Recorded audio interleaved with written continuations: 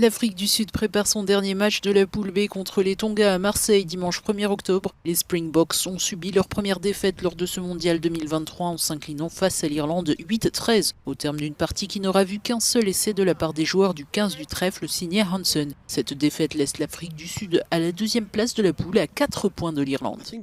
Je pense que nous ne devrions pas être trop perturbés et nous laisser distraire par la différence de points. Il faut d'abord se concentrer sur la victoire, car nous avons besoin d'une victoire pour nous qualifier. Ensuite, évidemment, je pense que les choses s'arrangeront d'elles-mêmes. Je ne pense pas qu'au moment d'être en mêlée, il faille se soucier de la différence de points. Cette question de la différence de points n'est pas une priorité pour l'instant.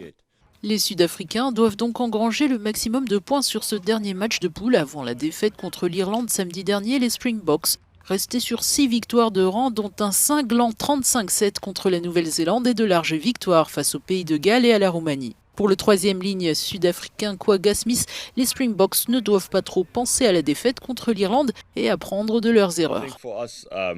Il ne faut pas trop s'en préoccuper. Le soleil brille aujourd'hui, on ne doit pas regarder en arrière. On ne peut plus rien y faire. Le point positif, c'est que ce n'était pas pour la Coupe du Monde, ce n'était pas pour la Coupe. Ce match était important, mais nous pouvons nous concentrer sur le prochain match. Nous recevons les Tonga. Ce sera une bataille physique et nous voulons être sûrs de gagner les 5 points qui nous permettront de passer à l'étape suivante. Nous apprendrons certainement des erreurs que nous avons commises lors du match contre l'Irlande et nous essaierons de les corriger pour nous assurer d'être au meilleur de notre forme lors du prochain match contre les Tonga.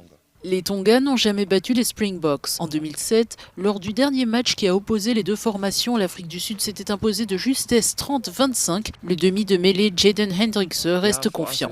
Oui, notre équipe croit à 100% en sa capacité de gagner la Coupe du Monde. Pour nous, c'est juste une question de conviction. Nous pensons que nous pouvons encore gagner la Coupe du Monde. Maintenant, il s'agit simplement de remplir notre rôle et faire notre travail. Rétabli de ses blessures et appelé en cours de mondial, l'ouvreur sud-africain André Pollard va renforcer les Springboks sans difficulté dans leur tentative au pied. Cet ultime match de la phase de poule se tiendra dimanche à 21h au stade Vélodrome de Marseille.